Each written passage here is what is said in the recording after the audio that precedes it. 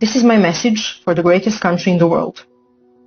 In the light of the recent events in the United States, I felt morally obliged to shed light on a very similar chain of events that took place in my country during the 90s. The cause of those events was the same: a constantly re-emerging ultimate evil, nihilistic, non-theistic religion/cult that caused hundreds of millions of deaths in the 20th century and countless suffering. Now, proponents of that religion want to run the experiment once again, and in that experiment, you, people of America, will be lab mice. Not so long ago, I was a lab mouse of dictators in my country. That country was Yugoslavia. Rather than giving you lessons about history of my country, I want to give you the timeline of the events which led to an extremely bloody war and dissolution of Yugoslavian Federacy. I will leave it to you to make conclusions about similarities with recent events in the United States. In 1989, the fall of the Berlin Wall marked the victory of the free world over tyrannical monstrosity of communism across Europe. However, Yugoslav communists didn't feel like letting go of their precious powers. Since the climate in Europe was extremely anti-communist at the time, they knew they needed a new strategy, an ideology that would seduce the masses and keep the power in their hands. So they come up with a very clever idea: to rebrand the communism in Yugoslavia and to change its name into socialism. Not any type of socialism, but a very special type, the National Socialism. Sounds familiar? The playbook they used to progress with their agenda was already tested in Nazi Germany. To establish National Socialism, you must first install hatred in people. In order to create genocidal levels of hatred, you must divide people of one country in well-defined groups. In other words, you must create tribal or groupthink. This can be achieved in different ways. You can divide people by ethnicity, by race, by religion. You can let your imagination go wild.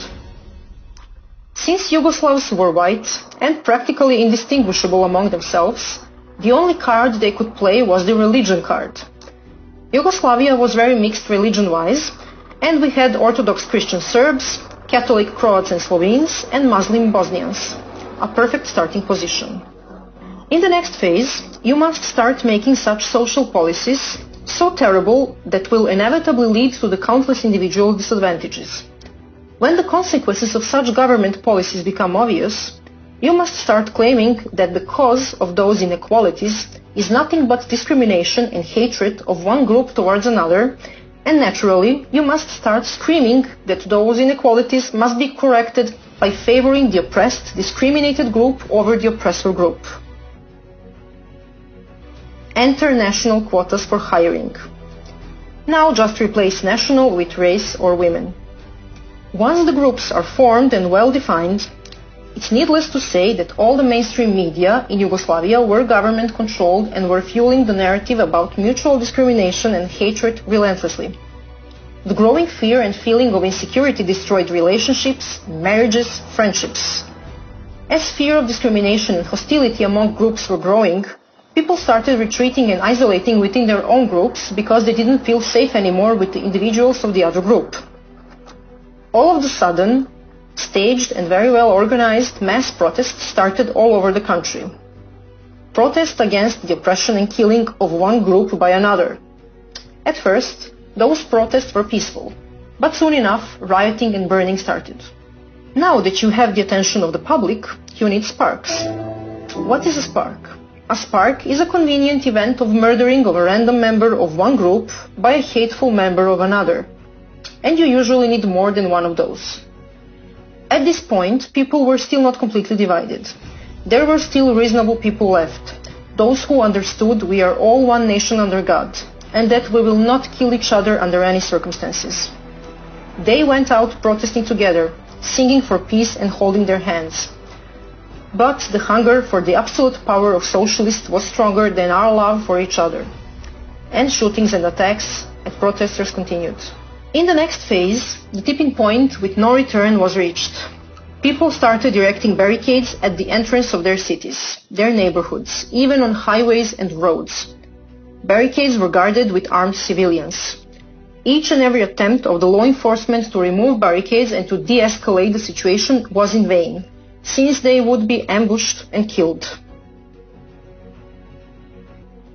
peace couldn't be restored anymore, because headlines, photos and videos of dead people propagated through mass media became too explicit and horrifying.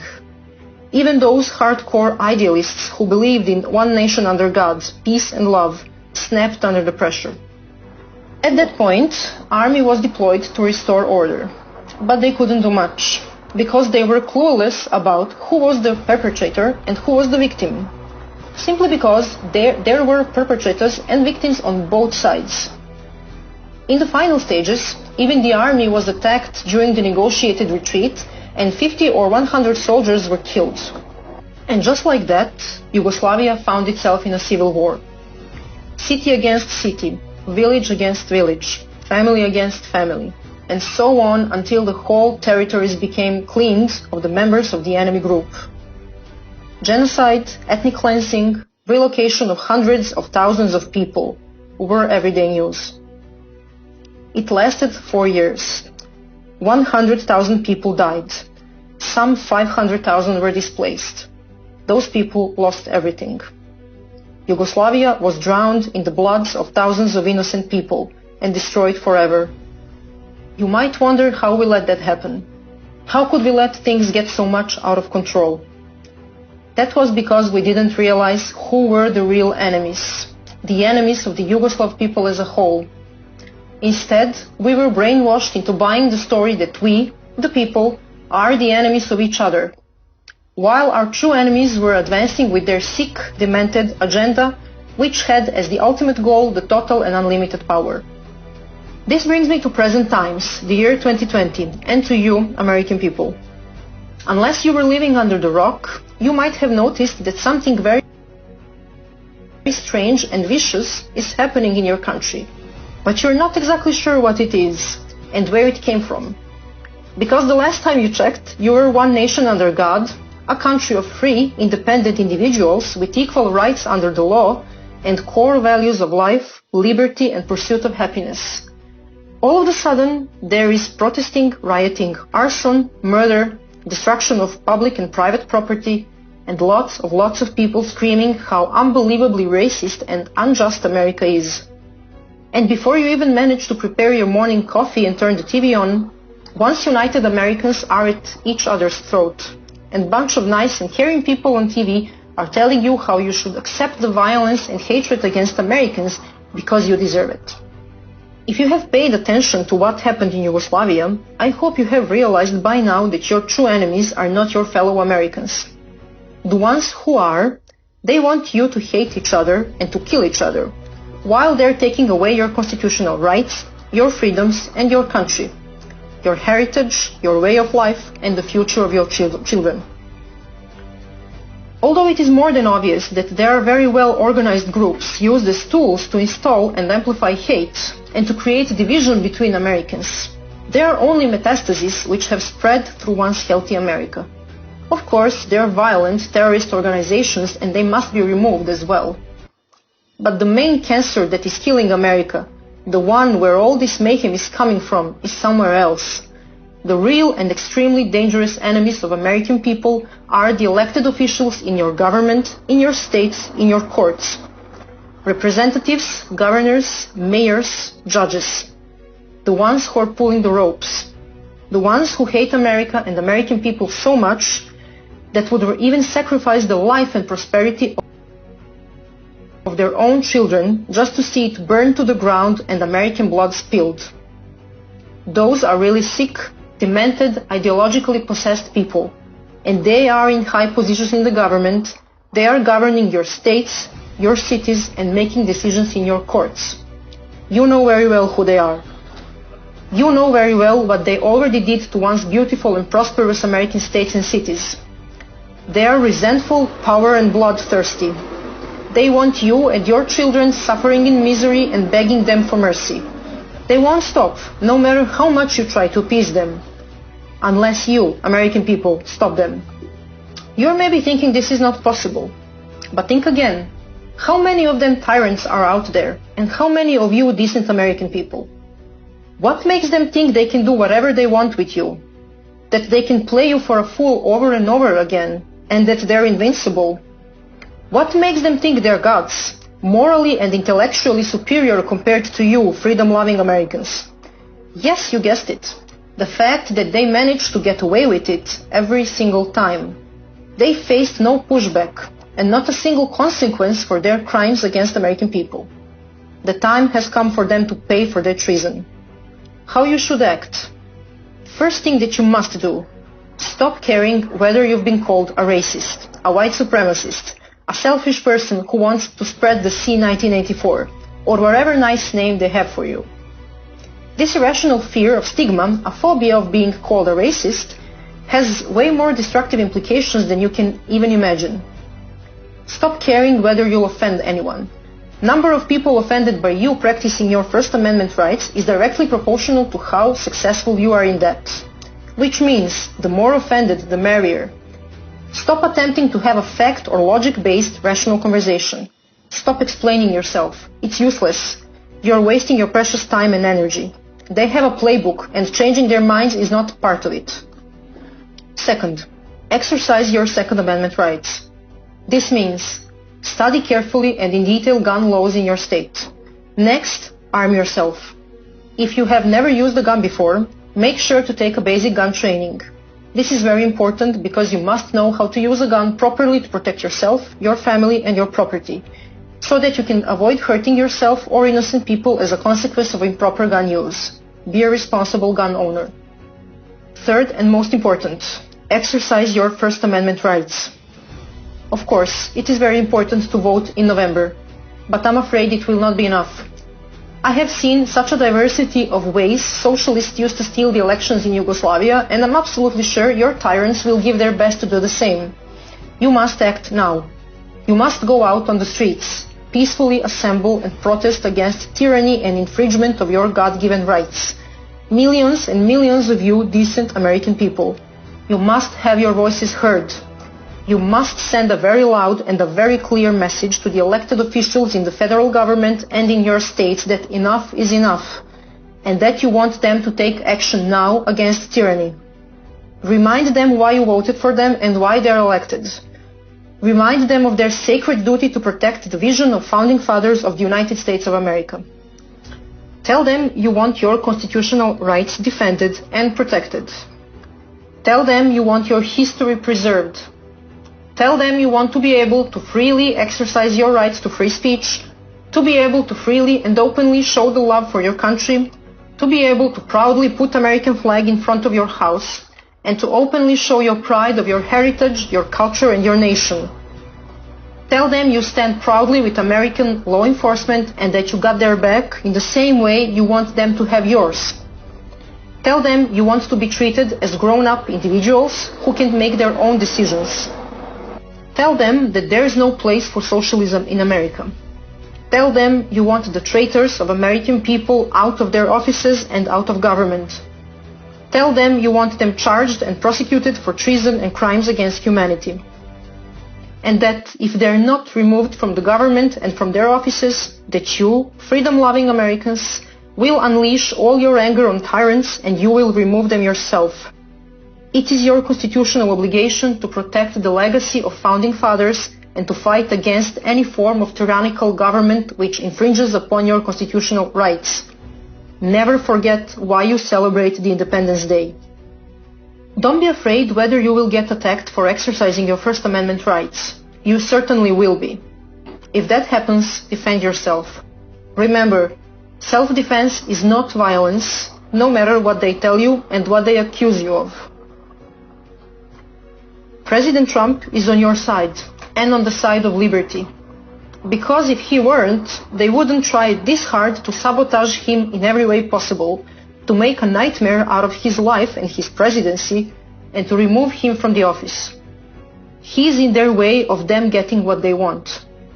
But he cannot fight this battle alone. He's having a very hard time right now, defending your freedoms. That's why you must show him you stand tall and proud with him, united in a fight against tyranny, against hate and violence, and against the ultimate evil of socialism. You must show your open and unlimited support to his vision of draining the swamp and protecting the law and order and freedoms of American people.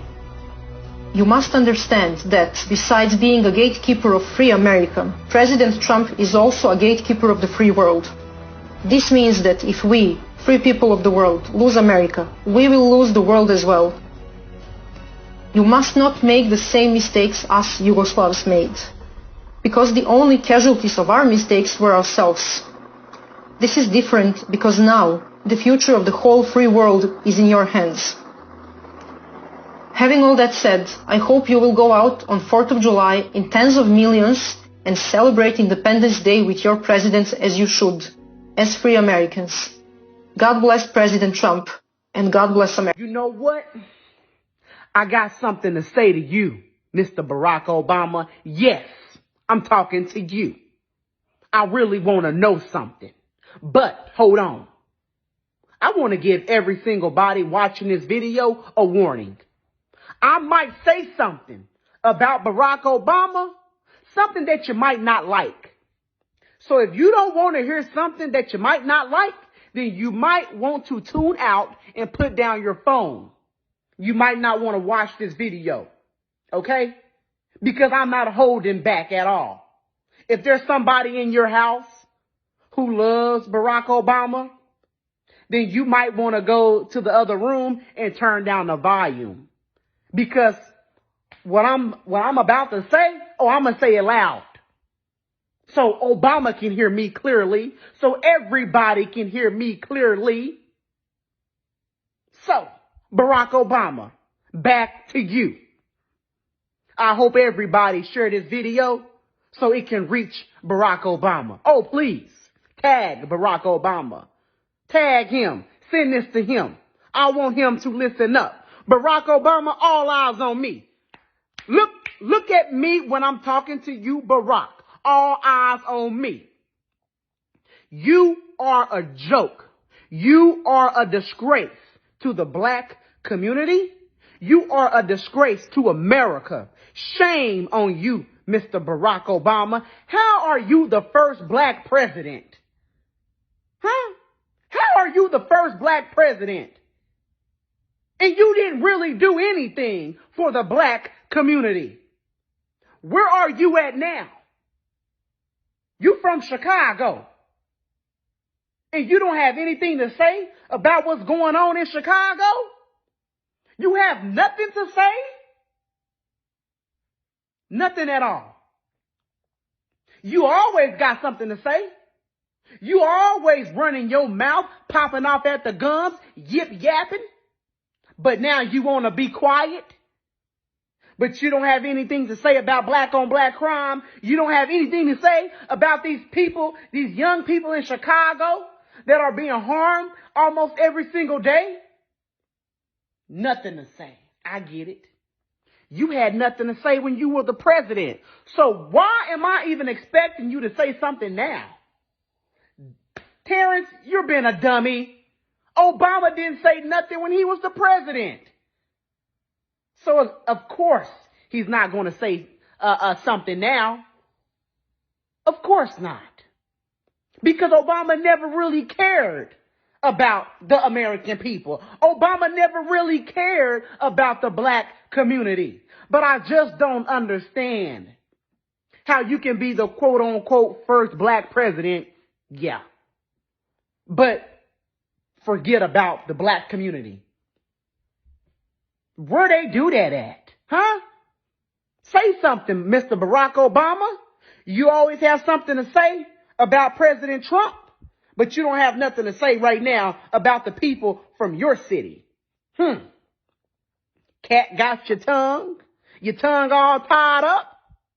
Obama, do the cat got your tongue? Because we know Michelle don't got it.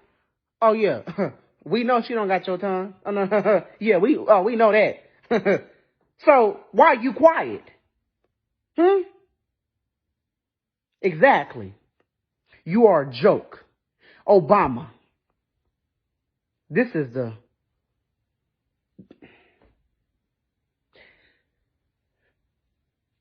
what make it even worse. As the first black president, you had the chance to unite America. As the first black president, you had the chance to really make a change. As the first black president, you had a chance to fix the black community. You had a chance to do things for the black people.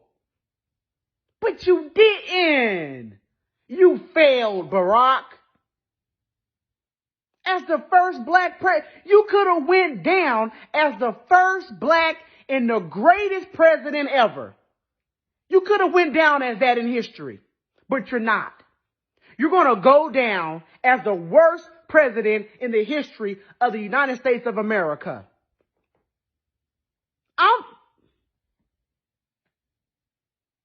It's embarrassing. It's hurtful. It's heartbreaking that we had you as the first black president. You didn't deserve to be the first black president. I wish Martin Luther King, I wish he was the first black president. Man, if he could have been the first black president. Somebody that is really about unity and change. Shame on you. Shame on you for being the first black president and not making a real change. Shame on you. And I know people going to call me names for this. Oh, I'm going to get emails. I'm going to get messages. People are going to attack me for this, but I don't care. Shame on you, Barack. Shame on you. Yeah. And this message is from Terrence K. Williams and the American people, because there's 1,000 millions of other people out there that can agree with me when I say you are a disgrace to this country. Shame on you.